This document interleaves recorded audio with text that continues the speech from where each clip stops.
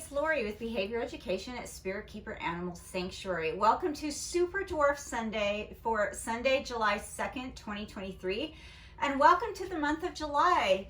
Summer just started in the United States last week, and I cannot believe we are already in July. And I feel like the year is half over, and technically it is half over. But I'm not even close to ready for fall or winter to get here. I just want summer to be everlasting. We are fortunately not having too bad a summer here. Some parts of the country are having severe heat waves. Some parts of the country are having severe weather. We've had a few days where we've had excessive rain and hail and high winds, but overall, I feel that we've been very lucky here in Colorado, especially on the Eastern Plains, that things have been relatively mild in comparison to the rest of the country and in some places in the rest of the world. So you might notice that this isn't a super dwarf reticulated python that I have for the intro. It is one of my Morelia Bredli. His name is Spock, and he was just coming out for the evening, and so I thought that he could do this introduction with me. But the rest of the video, you're gonna get to see our two super dwarf reticulated pythons, Ryder and TC. And they haven't been up to too much this month, although Ryder has suddenly, within about the last week or two, decided that he might want to start coming out of his tent and exploring around the room. So you're going to get to see an incident where he actually did that today. I opened his tent and he just looked out and looked out and looked out and stuck his head out, and he was there like that for a really long time. And so I walked away, and well, then I forgot that his tent was open. So I'm going to share that experience with you.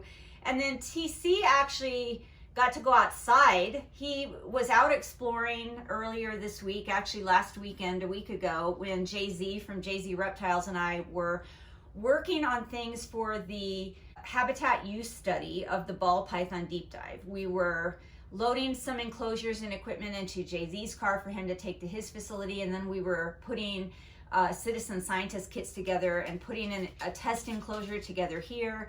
And TC had come out of his habitat, and I was trying to put him on activity stations and put him in exercise tents, and he just wasn't having it. He wanted to climb on me. He didn't want to leave me. He was climbing on me.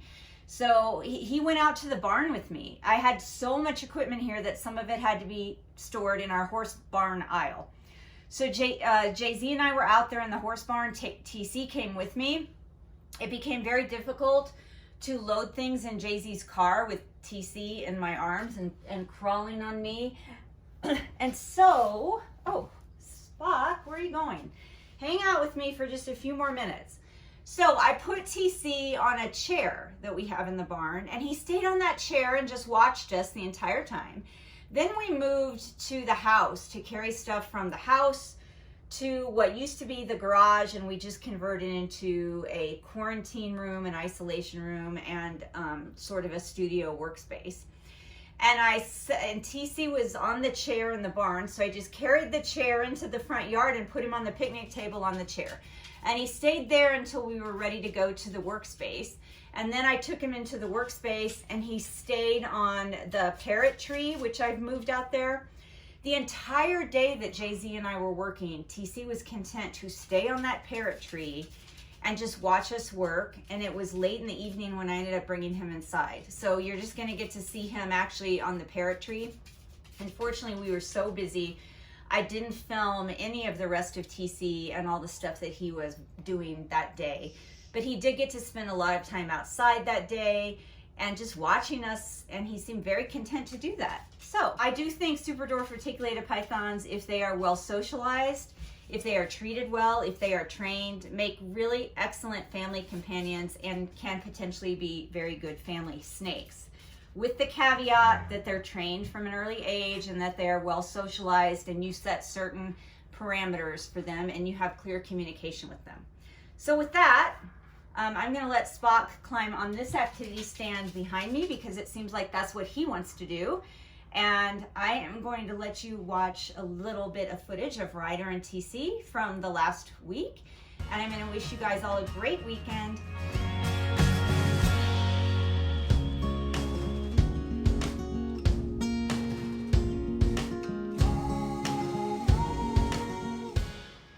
So Ryder was actually at his screen door earlier, and I opened it to check on him, and he sort of stuck his head out a little bit. I gave him the opportunity to climb out onto a branch, but he didn't. So I got sidetracked, and I forgot about him like 3 hours ago. And I just realized that his tent was open, and I came back in here to check on him, and he's not in his tent. So I sort of had a brief moment of panic, but then I remembered how super dwarfs are, and you know, all of the experiences I've had with TC being loose, even though Ryder's much younger. So I started looking around first, right in the general vicinity of where his tent is, and very quickly found him. So he has not gone very far.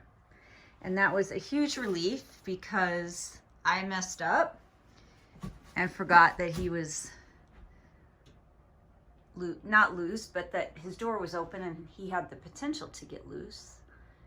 So I'm relieved to find him, and I'm not going to immediately grab him and put him away or do anything. He's being responsible. He didn't go very far. I'm just going to keep an eye on him and let him be out for a little while. I'm just very relieved and breathing a breath of relief.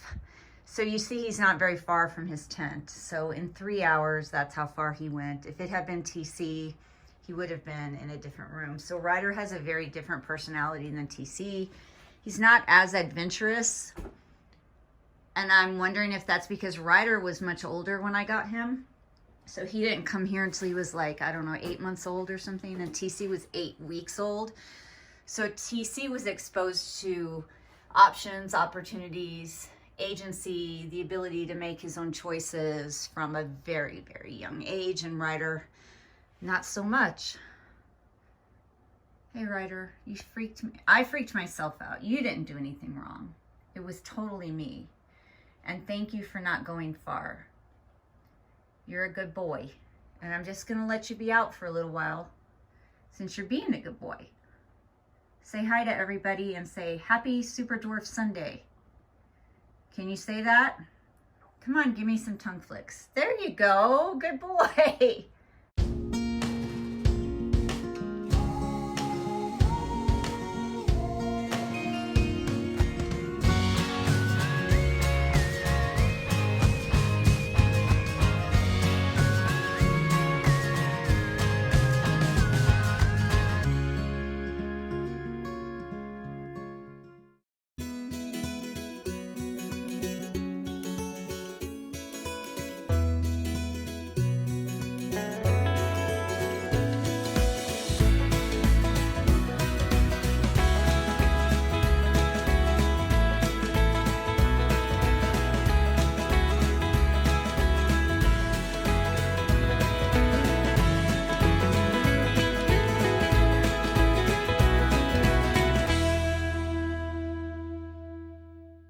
Everybody, thank you so much for watching, and until next time, please remember to always be kind and love your animals.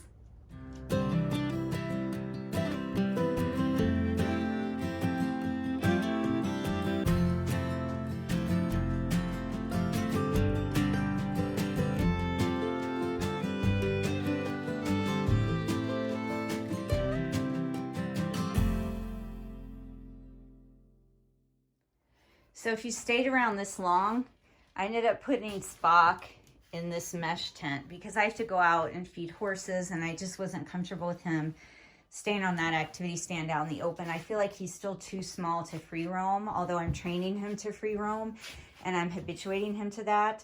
He would like to free roam, and he does quite a bit of free roaming when I can watch him, but I still feel like he's just too small to do it unsupervised.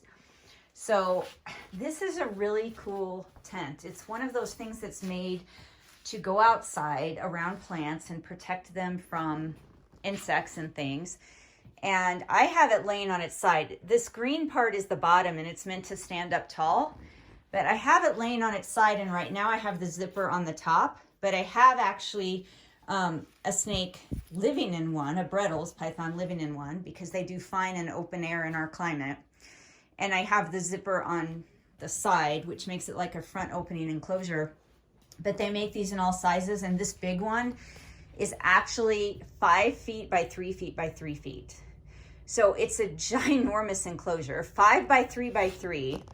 It's meant to be outside and allow sunlight through. So on the exterior of it, of course not touching it, but you can hang UVB and halogen heat above it, and full spectrum LED lights.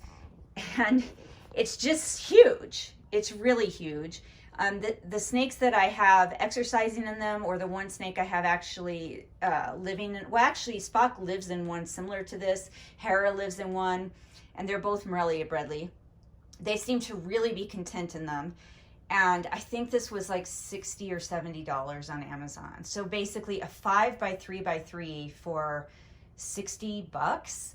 And granted, you can't use this for a species who cannot live in your local climate because it's just mesh, it's open air. So if you need special humidity or other climate requirements that aren't going to be good enough just by the ambient room climate or by you putting lights, hanging lights above it, then this isn't going to work. But it works great for local snakes like hognose snakes, gopher snakes, bull snakes that actually are indigenous to Colorado, and Morelia Bredli do great in them because Alice Springs, Australia, and the climate around there is not that different from here in Colorado, where it can sometimes be very, very dry and hot, and sometimes very, very dry and cold with occasional wet seasons. So my Bredl's pythons actually love these type of enclosures. All right, Spock. Have fun. Gotta go feed horses.